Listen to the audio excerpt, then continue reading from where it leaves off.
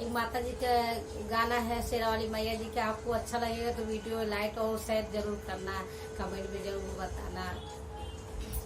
शेरवा पे घर जत आवे दुर्गा महारनिया हो गवार लोगना माई के दार दोन जान हो गवार लोगना माई के दार दोन जान हो गवार लोगना दर दात जाने ओई मलिया का बेटुआ हो कलशवाल के ना माई के पूजन करावे हो कलशवाल के ना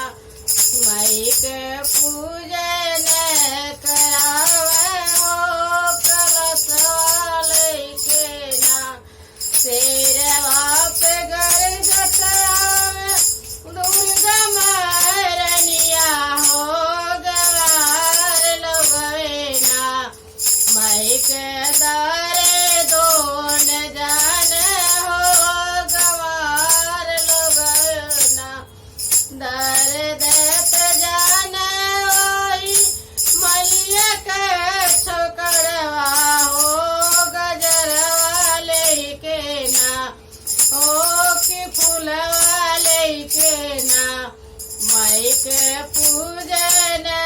करावे हो कि फूलवा लेके ना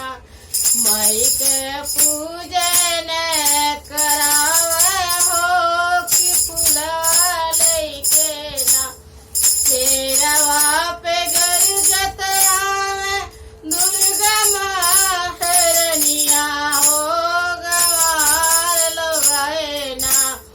माई के दारे दोन जान हो गवार लोगना दर दात जान ओई पंडित के छोकरवा हो कि पोथिया लेके ना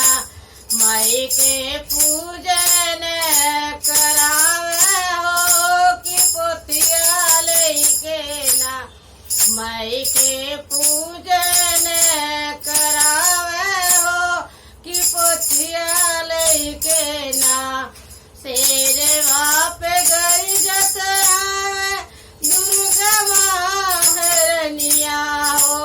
गवार लोगना माई के पूजन करावे हो गवार लोगना दर देत जान ओई आरा के छोकरवा हो गवार लोगना माई के दूधवा चढ़ावे हो गवार लोगना माई के दूधवा चढ़ा